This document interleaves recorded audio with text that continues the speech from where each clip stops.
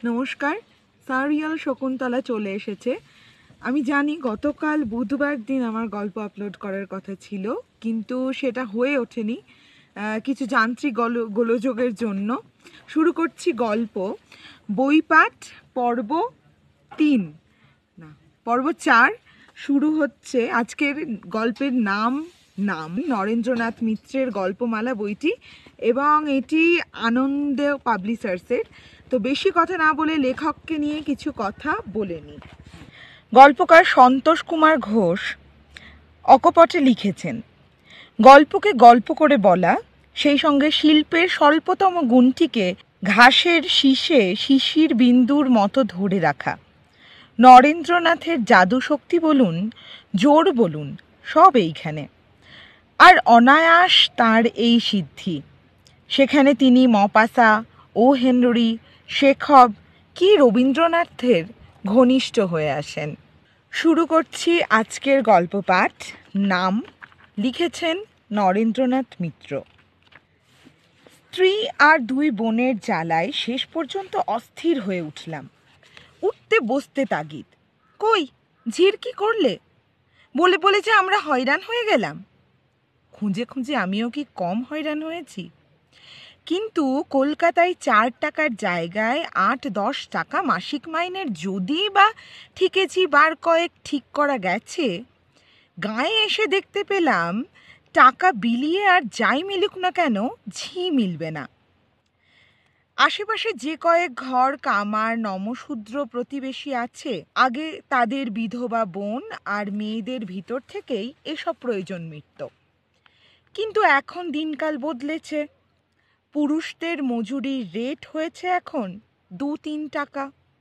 ফলে মেয়েদের মান সম্মানের দিকে চোখ পড়েছে। কি মেয়ে কি পুরুষ, ঝি চাকর খাটতে আর কেউ রাজি নয়। ঘুরে ঘুরে 2-3 বাড়িতে গিয়ে ইশারা ইঙ্গিতে কথাটা পেরেও দেখলাম, কিন্তু কেউ বলল দেহ ভালো নয়, নিজের সংসারেই নানান ঝামেলা। আবার কেউ বা পরিষ্কার মাথা নেড়ে জানালো, না কর্তা, সমাজে তালে কথা উঠবে। তা তো উঠবে, কিন্তু এদিকে বাইরের কাজকর্ম করার জন্য একজন মেয়ে ছেলে আমাদের যে না হলেই নয়। সবচেয়ে অসুবিধে জলের। 1/2 মাইলটাক দূরে নদী, ফাল্গুনেই জল হাঁটুর নিচে নামতে চাই, তাও রাত থাকতে থাকতে। খুব ভোর ভোর সময়ে গিয়ে পৌঁছলে সেটুকুও দেখা যায় না। একটু বেলা হয়ে গেলেই ঘোলা হতে হতে সেই জল তরল কাদায় রূপান্তরিত হয়। 3 ননদে বৌদিতে প্রথম প্রথম দিন 2 কলসি কাঁখে বেশ সহোৎসাহে স্নান যাত্রা শুরু করেছিল, কিন্তু 3য় দিনে দেখা গেল তাদের মধ্যে 2 জনের উৎসাহে ভাঁটা পড়েছে। বলবার কিছু নেই, দীর্ঘকালের নাগরিক অভ্যাস, বদলানো শক্ত। মনের জোর জিহ্বায় যত সহজে সঞ্চারিত হয়, অন্য সব অঙ্গ প্রত্যঙ্গে তত সহজে হয়ে ওঠে না। জলের পর আগুন। রান্না করতে গিয়ে সুলতার প্রায় চোখ ছলছল করে ওঠে আর কি। শহরের মতো কয়লা এখানে মেলে না। শক্ত কোনো রকম জ্বালানি কাঠেরও ব্যবস্থা করা যায়নি। উমা আর রমা 2 জনে মিলে বাগান থেকে কিছু শুকনো পাতা আর ছিটকে ডাল সংগ্রহ করে এনেছে। আহার্য তৈরির তাই একমাত্র ভরসা। আমি অবশ্য আশ্বাস পেয়েছি, ও আশ্বাস দিয়েছে যে শীঘ্রই এর একটা সুব্যবস্থা হবে। নিষ্পত্র শুকনো শুকনো ডাল নিয়ে যেসব গাছ এখনো সোজা হয়ে দাঁড়িয়ে আছে, তারাই জ্বালানির রূপে সুলতার উনানের পাশে পুঞ্জীভূত হয়ে থাকবে। কেবল জন 2 কামলা মিললেই হয়। আসলে পৈতৃক বাড়িতে মাসখানেকের জন্য সপরিবারে বিশ্রাম ও চিত্ত বিনোদনের উদ্দেশ্যে এসেছি, কিন্তু ঝি চাকরের আর কামলা কৃষাণের অভাব প্রতি মুহূর্তে অস্তিত্বকে দুর্বিষহ করে তুলল। পাশের গাঁ থেকে পিসেমশাই অবশেষে এনে হাজির করলেন ঝি, তার প্রজা বুড়ো ভুবন মণ্ডলের বিধবা মেয়ে। আকালের বার ভুবন মারা যাওয়ায় তার বাড়িতেই এতদিন ছিল। এবার তিনি তাকে নতুন চাকরিতে ভর্তি করে দিতে চান। বললুম, আপনার চলবে কি করে? পিসেমশাই বললেন, সেজন্য ভেবো না, তোমার পিসিমা একাই 100। কাজকর্ম দেখে যদি পছন্দ হয় তুমি ওকে কলকাতায় নিয়ে যেতে পারো। শুনেছি সেখানে ঝিরা নাকি সব রাজার ঝি হয়েছে। তামাক খেয়ে পিসেমশাই বিদায় নিলেন। আমি অন্দরে গেলাম ঝি সম্বন্ধে ওদের মতামত শুনতে, কিন্তু চাঁদ হাতে পাওয়ার মতো সুখের ভাব কারোরই মুখে দেখলাম না। সুলতা আর উমা দুজনেই গম্ভীর হয়ে বসে আছে। রমা হাসছে মুচকে মুচকে। তাকে ধমক দিয়ে থামিয়ে স্ত্রীকে জিজ্ঞেস করলাম, ব্যাপার কি, ঝি পছন্দ হয়েছে তো? সুলতা বলল, আচ্ছা, পিসেমশাই না হয় বুড়ো মানুষ, তার রুচির কথা ছেড়েই দিলাম, কিন্তু তোমার কি সঙ্গে চোখ ছিল না? উমা বলল, রাগ করো না দাদা, চোখ মানে এখানে চশমা। বললুম, 2 ছিল বলেই তো মনে হচ্ছে, কিন্তু তোমাদের এ ধরনের সন্দেহের কারণ ঠিক বুঝে উঠতে পারছি না। উমা বলল, দেখা যাক, আর একবার দেখে যদি পারো। বলে উমা খুব উচ্চ কণ্ঠে ডাকলো, ওগো, একবার এদিকে এসো তো, বাড়ির কর্তা তোমার সঙ্গে আলাপ করবেন। ঘরের পিছনে বসে জ্বালানির জন্যে দা দিয়ে শুকনো কঞ্চিগুলিকে ঝি ছোট ছোট করে কেটে রাখছিল। উমার ডাক শুনে আমাদের সামনে এসে দাঁড়ালো। 8 হাতি ধুতির আঁচলটুকু মাথায় টেনে দিতে বার দুয়েক চেষ্টা করলো, কিন্তু কোনোবারই মাথায় আর তা রইল না। সুলতা ফিসফিস করে বলল, চেহারাখানা দেখো একবার। এতক্ষণ চেহারার কথা আমার মনেই হয়নি। ঝির আবার কেউ চেহারা দেখে নাকি? বিশেষত সারা গ্রাম খুঁজলে যা একটি মেলে না, তার চেহারা কিরকম কে দেখতে যায়? সুলতার অনুরোধে ওর দিকে একবার তাকিয়ে দেখলাম। বোঝা গেল এতক্ষণ কেন সুলতা আর উমার মুখ গম্ভীর হয়ে দেখাচ্ছিল, কেনই বা রমা হাসি চাপতে পারছিল না। বছর 30 হবে বয়স, লম্বা ছিপছিপে একটা গাবের চারার মতো চেহারা। কোনো অঙ্গে যে বিশেষ রকমের খুঁত কিছু আছে তা নয়, কিন্তু অঙ্গ প্রত্যঙ্গের কোনো রকম সামঞ্জস্যই যেন নেই। অত বড় মুখে নাক আর চোখ দুটিকে ভারী ছোট মনে হয়। দেহের তুলনায় হাত দুখানি খুব খাটো এবং নিচের অংশ কিঞ্চিত অতিরিক্ত রকমের লম্বা। চেহারায় পুরুষালী ধরনটাই সবচেয়ে উল্লেখযোগ্য। আসলে ও যেন মেয়ে নয়, মেয়ে সেজে এসেছে এবং সাজটা সম্পূর্ণ করার দিকে কিছু মাত্র লক্ষ্য নেই। ঝির আঙ্গিক গঠনের এই বৈসাদৃশ্যই রমাকে হাসিয়েছে আর সুলতাকে বিরক্ত ও গম্ভীর করে তুলেছে বুঝতে পারলাম। একটু চুপ করে থেকে জিজ্ঞেস করলাম, তোমার নাম কি? কর্কশ পুরুষের কণ্ঠে জবাব এলো, রস। ওর পৌরস্যের আধিক্য স্ত্রীসুলভ লজ্জা অনুভব করে একটু কুণ্ঠিত ভঙ্গিতে বললাম, কাজকর্ম সব দেখে নিয়েছ? সব পারবে তো করতে? রস বলল, কেন পারবো না? এদেশের মানুষ না আমি, না বিলেত থেকে এসেছি? সুলতা বলল, তা তো আসনি, কিন্তু মাথাটাকে অমন ন্যাড়া কদম ছাটা করেছো কেন? চুলগুলো কি দোষ করলো? রস এবার লজ্জিত ভঙ্গিতে একটু হাসল, বলল, আর আর বলবেন না বউ ঠাকুরন, দিন রাত উকুনের জ্বালায় অস্থির হয়ে বেরোতাম। মাথা ভরে কেবল চুলবুল করতো, যত সব অশান্তির বাসা। শেষে রাগ করে দিলাম একদিন ছেঁটে। সুলতা রুক্ষ কণ্ঠে বলল, বেশ করেছ। ব্যক্তিগতভাবে চুলের ভারী যত্ন করে সুলতা। তেল মাখিয়ে শুকোনোই, বেনি কি করবি রচনায় অনেকটা সময় তার ব্যয় হয়, কিন্তু তার প্রতিটি মুহূর্ত সে যেন আলাদা আলাদা করে অনুভব করে। সুলতার জন্য সত্যি কষ্ট বোধ করলাম। সুলতা পিছিয়ে এলো তো উমা এগিয়ে গেল। দ্বিতীয় দিনে আমার বিনা অনুমতিতেই সুটকেস থেকে পুরনো সরু নকশি পেরে ধুতিখানা বের করে আনলো। আনলা থেকে নামিয়ে নিল নিজের পুরনো সাদা সেমিজটা। তারপর রসর কাছে দিয়ে বলল, ওখানে ছেড়ে এগুলো পড়ো দেখি। ওভাবে তুমি তো দিব্যি স্বচ্ছন্দে চলাফেরা করো, এদিকে আমরা তো চোখ তুলে তাকাতে পারি না। ছি ছি ছি ছি। রস অত্যন্ত বিব্রত বোধ করলো। তারপর উমার দেওয়া সেই ধুতি আর সেমিজটা হাত বাড়িয়ে নিয়ে আড়ালে চলে গেল। কিন্তু দুদিন যেতে না যেতেই দেখি সেই ৮ হাতি জীর্ণ ময়লা চির পড়ে সে বেশ আরামে স্বাচ্ছন্দ্যে কাজকর্ম করে চলেছে। উমা বিস্মিত হয়ে বলল, ও মা, সেই ধুতি আর সেমিজটা কি করলি? রস অত্যন্ত কুণ্ঠার সঙ্গে বলল, ছেড়ে রেখেছি, ভারী বাঁধো বাঁধো ঠেকে, আর পড়তে না পড়তেই যা ঘামাচি উঠেছে দেখবেন। উমা বিকৃত মুখ করে বলল, থাক, তোমার ঘামাচি দেখে আর আমার দরকার নেই। আরও দিন কয়েক কাটল। দেখা গেল অবস্থার উন্নতি মোটামুটি হয়েছে।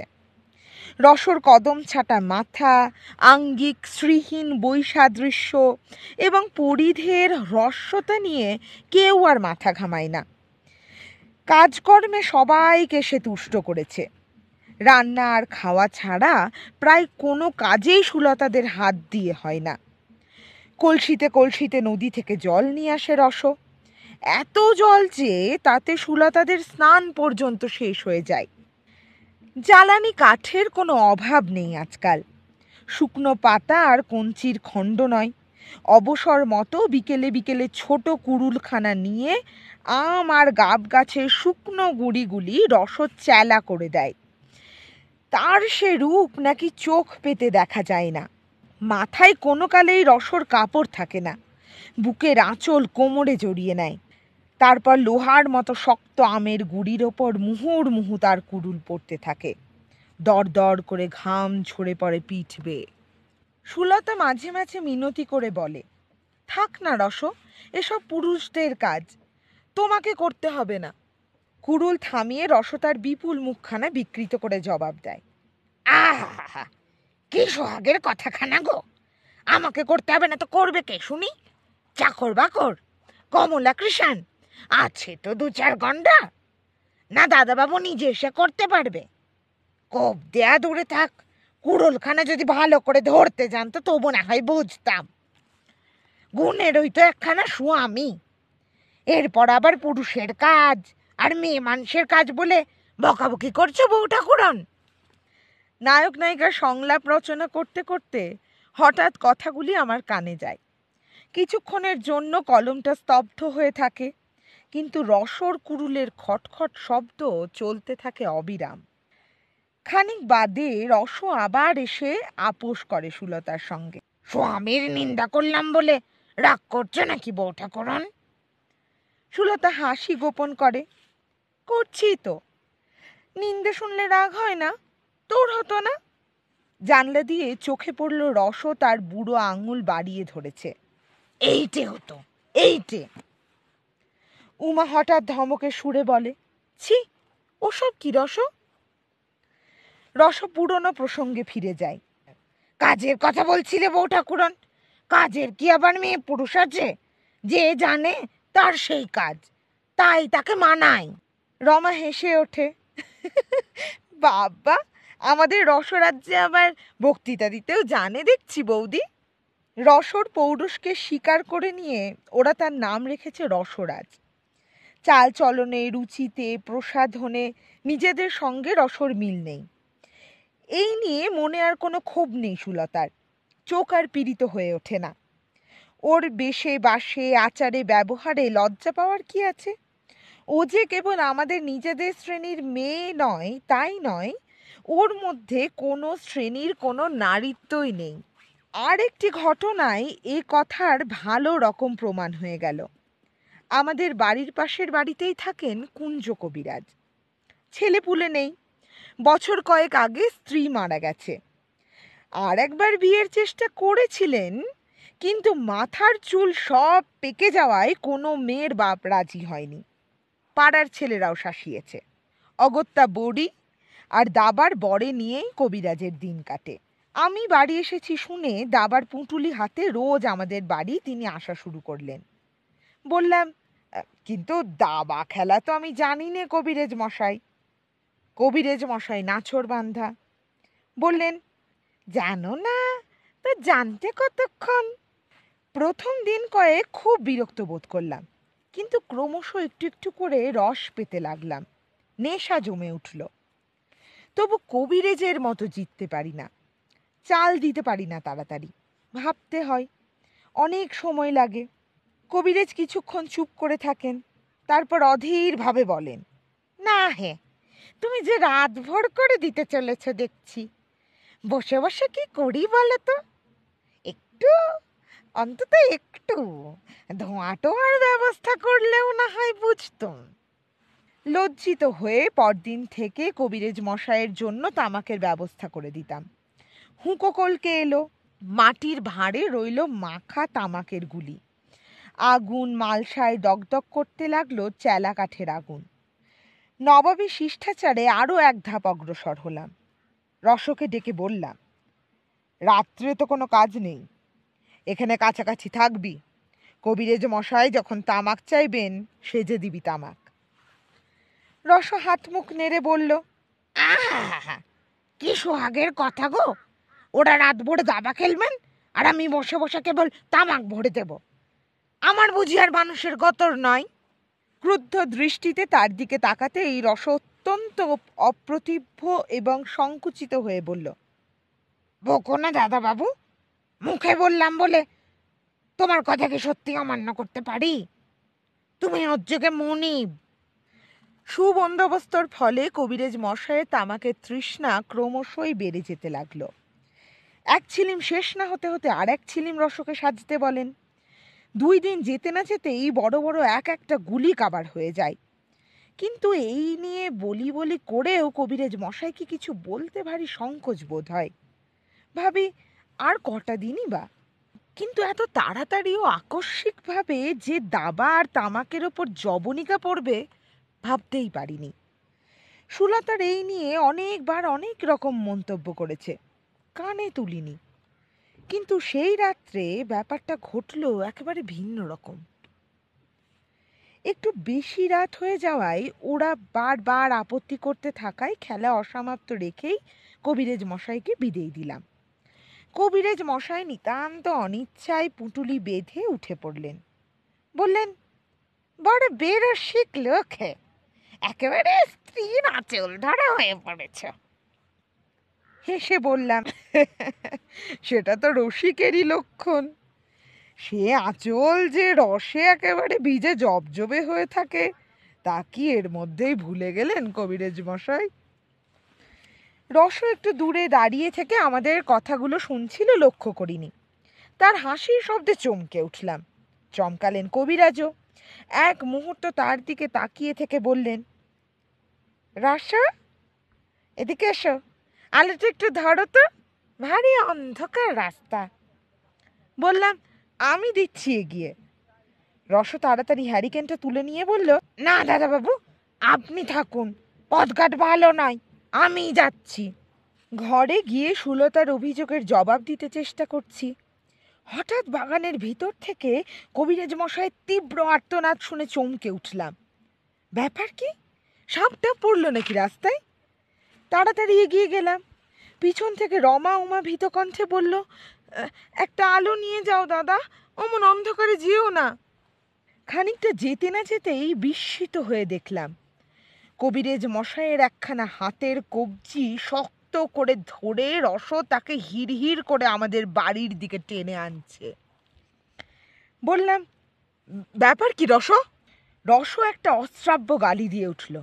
হতচ্ছাড়া, মুখ পোড়া বুড়ো, আমাকে জড়িয়ে ধরেছিল বাগানের মধ্যে।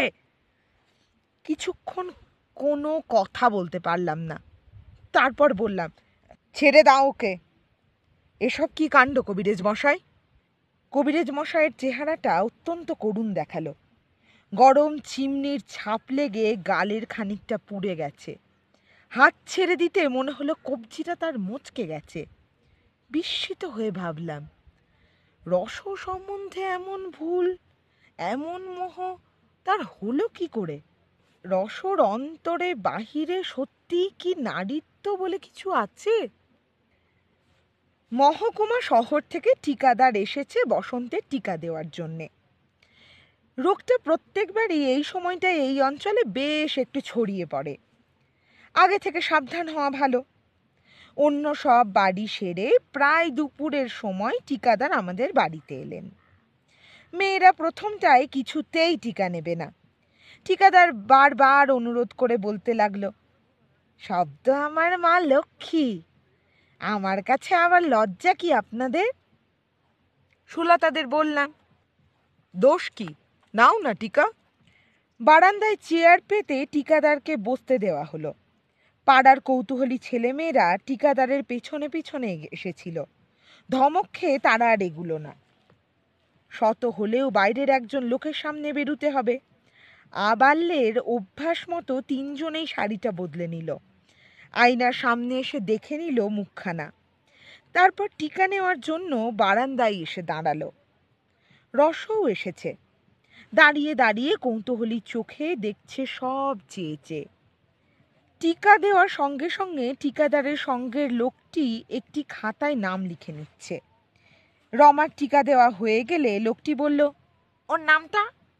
বললাম, ডাকি তো রমা নামা করে, ভালো নামটাই লিখুন, কাবেরী রায়। উমার পোশাকি নাম উজ্জয়িনী, সুলতার সুচিস্মিতা। এবার রসর পালা। ঠিকাদারের কাছে ঠিক মধুরেণ সমাপয়েত হলো না।